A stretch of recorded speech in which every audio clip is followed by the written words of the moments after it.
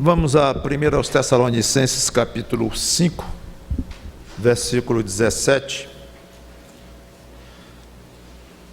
3 palavras, este versículo. Menor do que este, um de duas, que é Jesus chorou, que é o versículo mais curto da Bíblia. Mas esse é um dos mais curtos. E um dos mais significativos, porque ele resume uma ordem básica, fundamental para o exercício da vida cristã. 1 aos Tessalonicenses, capítulo 5, versículo 17. Esse trecho aqui é uma série de exortações curtas de Paulo para atividades básicas da nossa prática cristã. Aqui tem: orai sem cessar. Vamos orar. Santo Deus, nosso bom Pai, obrigado pelo recurso da oração. Recurso esse que vamos explorar um pouquinho hoje, olhando para um aspecto específico dele. Obrigado por esse privilégio, dar-nos um entendimento para entender a importância da oração. Em nome do Senhor Jesus Cristo, te peço de antemão e te agradeço. Amém. O título é bem simples: orar, coisa boa. Orar, coisa boa. Nunca se pode aprofundar muito numa pregação só sobre oração, porque é tão vasto o assunto que não dá para resumir demais. Teria que ser uma série. Inclusive eu próprio tenho o privilégio de ter muitas pregações sobre o assunto oração.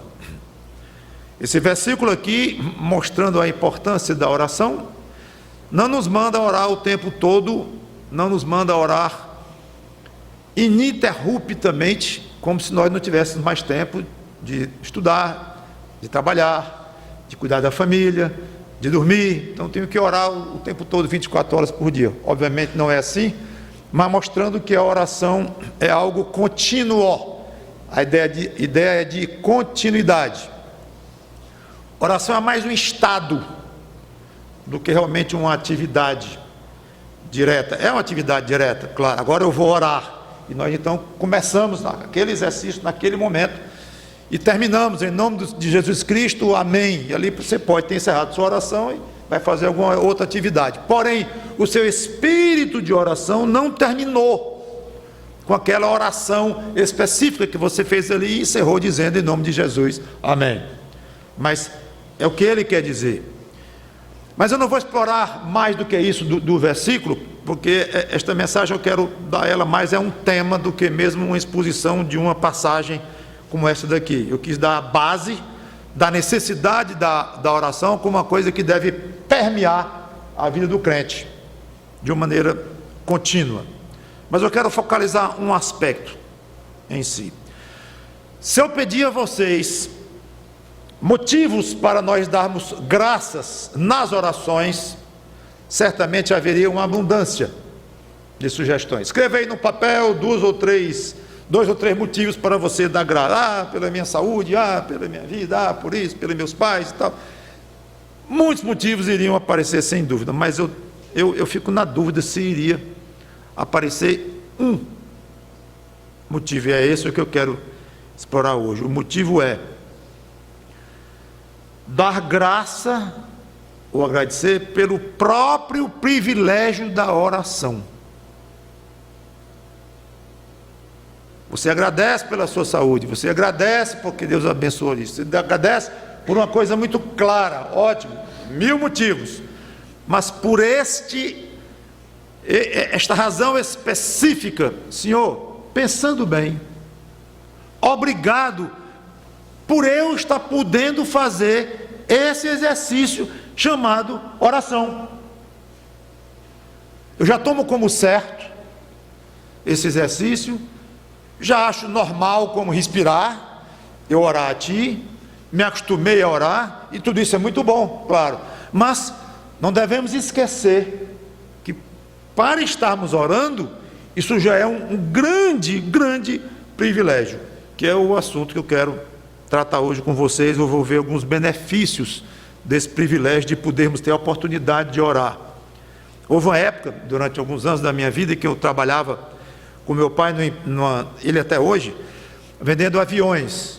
aviões executivos para empresas, empresários e coisas assim, e muitas vezes eu tinha que ter contato com governadores de estado para conversar sobre a compra de um avião. É um produto muito caro e tudo. Mas o interessante é que o difícil não era expor o assunto ao governador, era ter acesso a ele para poder dizer que eu estava com uma boa oportunidade, que tinha surgido um tipo de avião que ele estava procurando. Este acesso é que era complicado.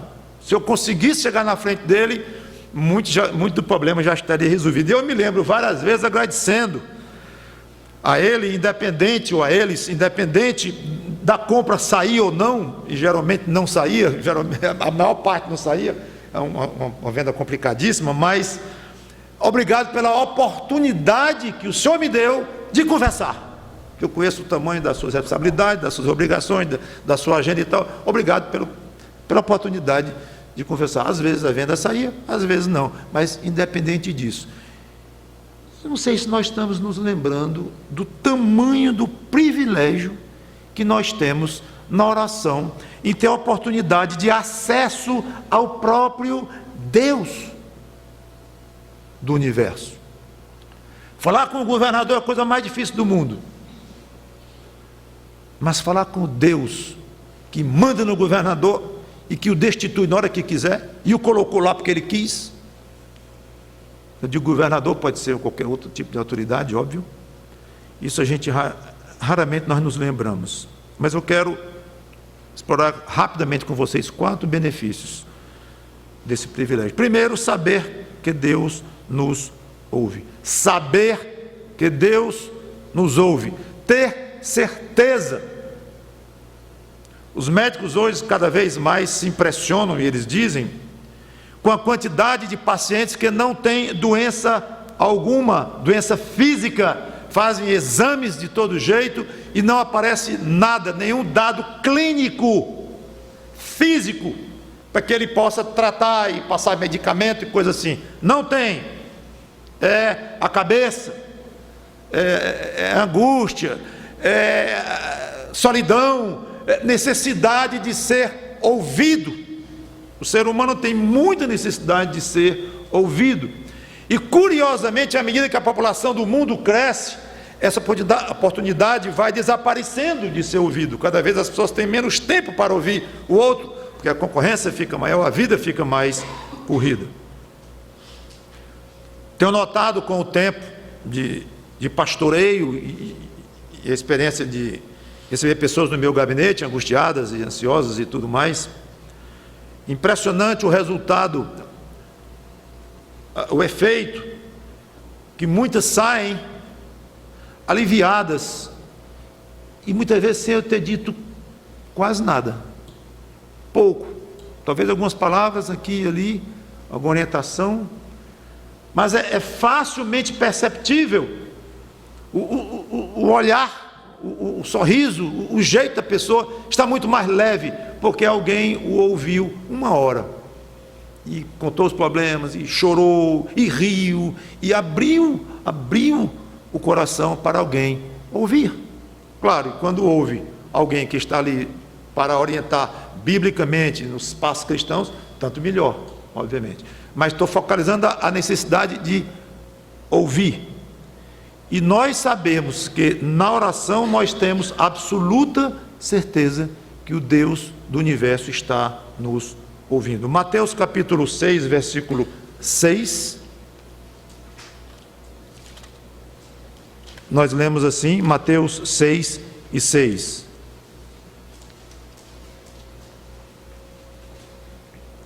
Tu, porém, quando orares, entra no teu quarto, e fechada a porta, orarás a teu Pai, que está em secreto. E teu Pai que vê em secreto te recompensará. Interessante que a passagem é mais forte do que eu precisava. Eu precisava de uma passagem apenas para dizer que Deus ouve. Mas essa passagem aqui é mais profunda, porque ela diz que Deus vê e atende. Muito mais do que ouve. Eu estou só na área do ouvir. Poderia citar outras passagens. Só um parênteses importante é que pressupõe-se que quando a oração é feita de uma maneira correta, a ponto de Deus ouvir e atender, o crente está com uma vida, vamos dizer, uma vida cristã saudável. Há passagens na Bíblia que eu não vou ler, não vou tratar deste assunto agora, que pecado impede oração. Então, pecado renitente, um pecado repetitivo, pecado não confessado, é um motivo de bloqueio de oração. Então, quando eu digo assim, nós temos certeza que Deus ouve a nossa oração, e a passagem até fala em mais do que isso, em atender, ver e tudo, tem esse detalhe. É importante que as suas orações sejam feitas dentro de uma atitude, de uma linha, melhor dizendo, de uma linha de vida sua correta, que está lutando contra a sua carne, que está levando a sério a vida cristã, e não pense que Deus vai lhe atender em tudo e ouvir tudo, a qualquer tipo de atitude que você tem no coração. Cuidado como você vai se aproximar de Deus. Então, Deus nos ouve, é certo. Você pode ficar 5 minutos, Ele ouve 5 minutos. Você pode ficar 1 hora, Ele ouve 1 hora. Você pode ficar 3 horas, e aqui eu já estou, acho que eu posso ter certeza, ou quase certeza, de poder afirmar que estou entrando em terreno absolutamente teórico para o crente padrão do século 21, orar 3 horas. É uma coisa que vocês talvez pensem que é teórica, que isso não existe, pois pelo menos existiu muito, talvez exista hoje, crentes que orem 3 horas, mas é comum, nós lemos crentes do passado.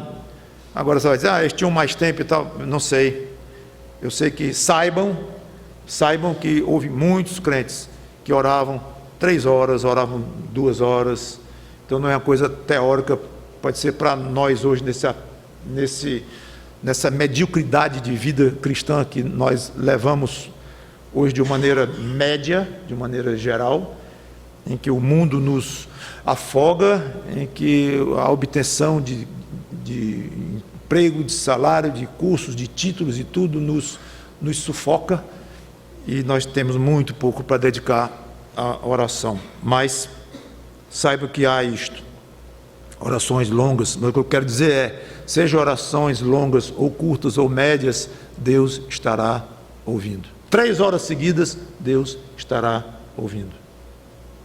Segundo benefício desse privilégio, saber que seremos atendidos no que é melhor para nós.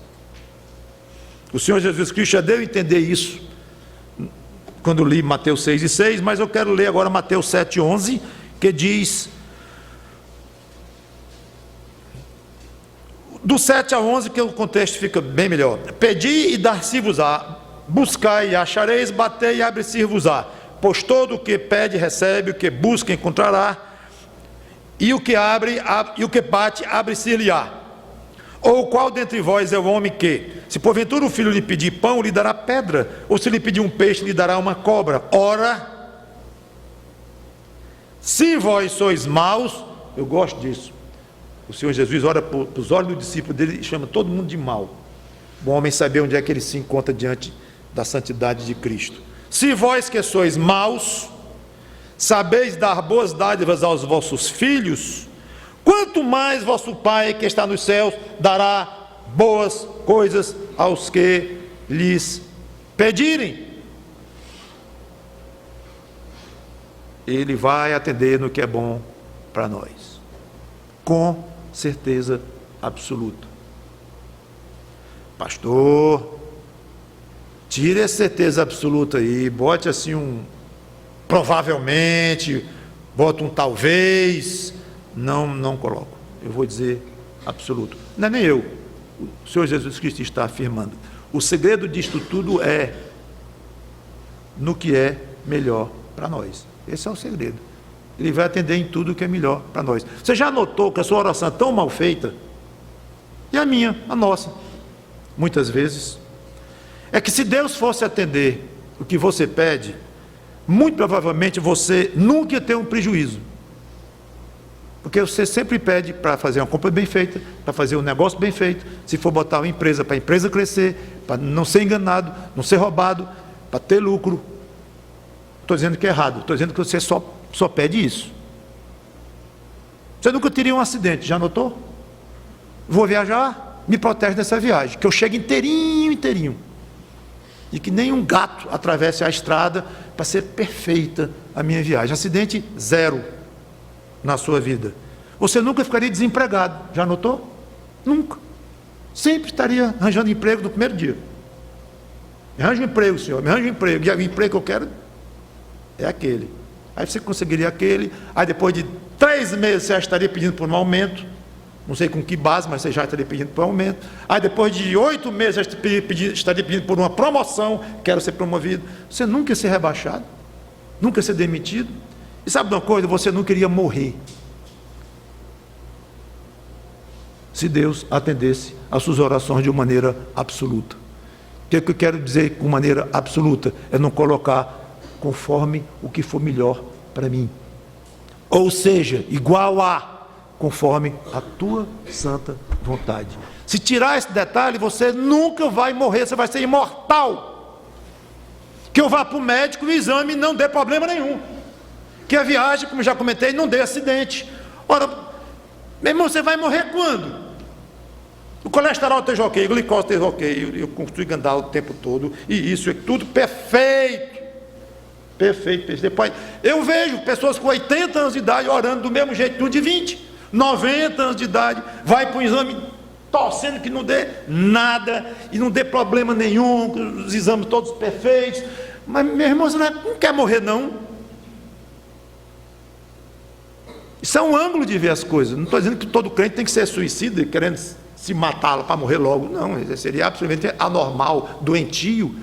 Mas cá para nós, não vai ter dentro do seu coração um espaço para você admitir que um dia você vai morrer. Sim, para que venha essa morte, quando Deus quiser, e venha a glicose alta, e venha o infarto, e venha o acidente, e venha o problema, venha o câncer, venha. É melhor para mim, Senhor? Venha o prejuízo, venha a falência, venha a quebradeira, pode vir. É melhor para mim? Isso vai me exercitar, isso vai me edificar, vai me fazer mais forte, vai me fazer mais perto de Ti, vai crescer no conhecimento de Cristo. Venha! Mas não é assim, geralmente, que você ora.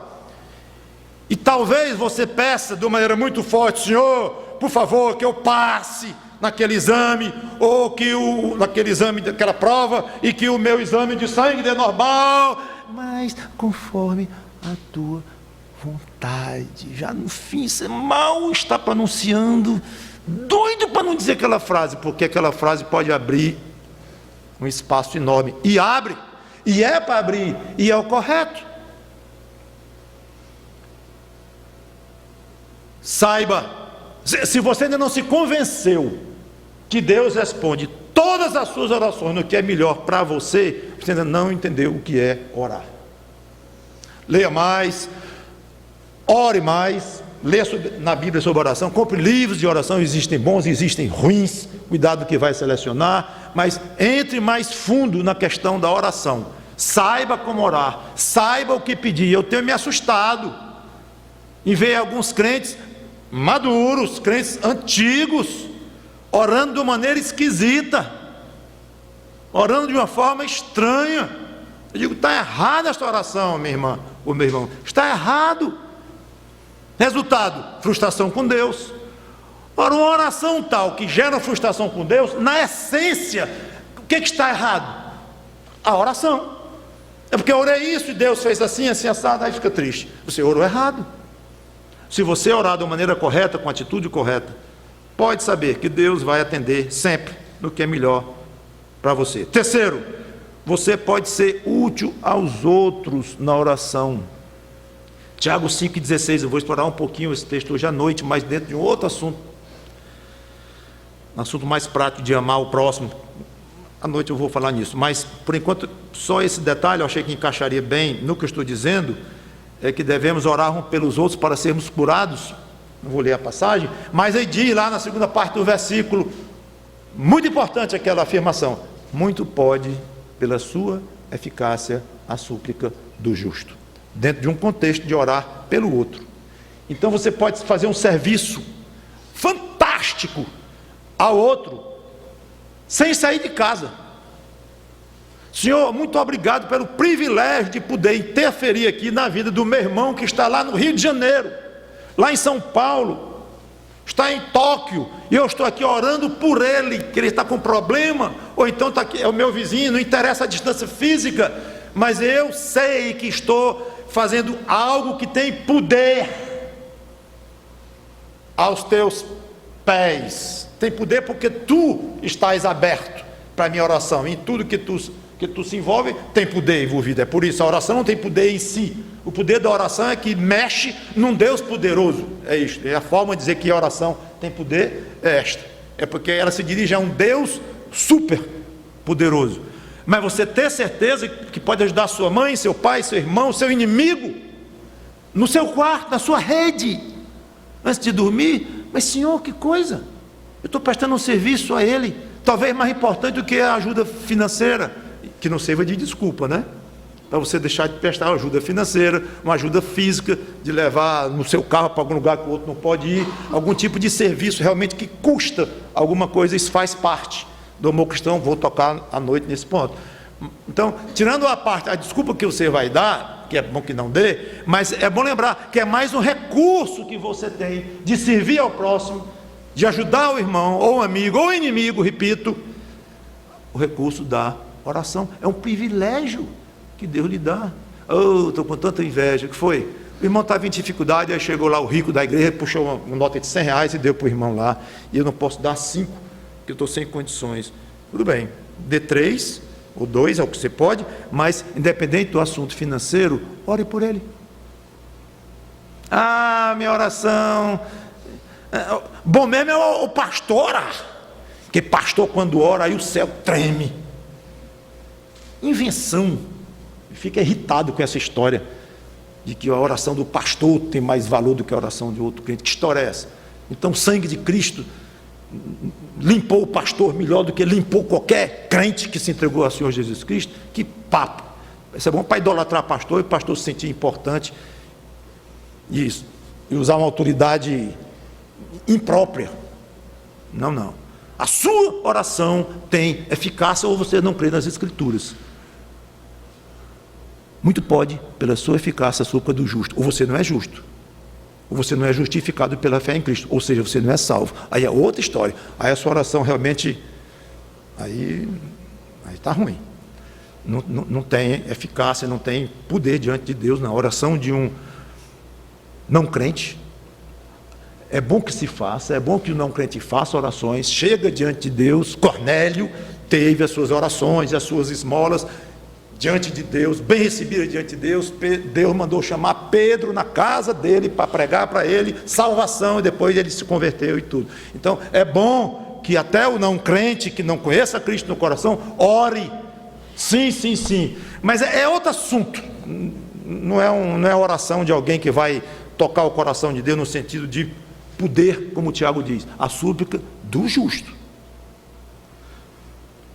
Quarto e último motivo, nós podemos crescer na intimidade com Deus. O privilégio disso, irmãos. Salmo 119, 149, aí eu encerro.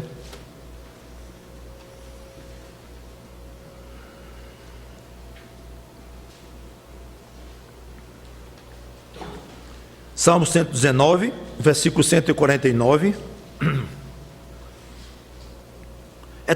São tantas passagens que falam do crescimento do crente na oração e da importância da oração, que a gente tem dificuldade até de selecionar um. Mas esse aqui explica bem o que eu quero dizer. Ouve, Senhor, a minha voz. Ou seja, está orando. Ouve, Senhor, a minha voz, segundo a tua bondade. Vivifica-me segundo os teus juízos. O vivifica-me aqui é uma expressão interessante. Me dá mais vida, me dá mais energia, me dá mais vigor espiritual, ou seja, me edifica, me faz chegar mais perto de ti, me aproxima mais de ti. Então a oração tem este efeito fantástico na vida do crente. Ele cresce, ele é vivificado, ele chega mais perto de Deus. Muitas vezes o crente acaba, talvez até por culpa de pregações que enfatizam muito o aspecto de fazer isso ou fazer aquilo. Não é errado fazer coisas corretas, não é errado ir para um culto, não é errado tentar desenvolver você tem um dom de ensinar, estudar muito para ensinar na escola dominical ou ajudar em outra coisa na igreja. Não é errado fazer coisas boas e ser frequente, coisa assim, não é errado, mas é secundário. O básico mesmo é buscar a Deus, a pessoa de Deus, a pessoa de Cristo, a pessoa do Pai. Esta é a verdadeira prática da vida cristã, é a base, é a essência. Tudo mais vai decorrer daí, da intimidade que você tem com Deus.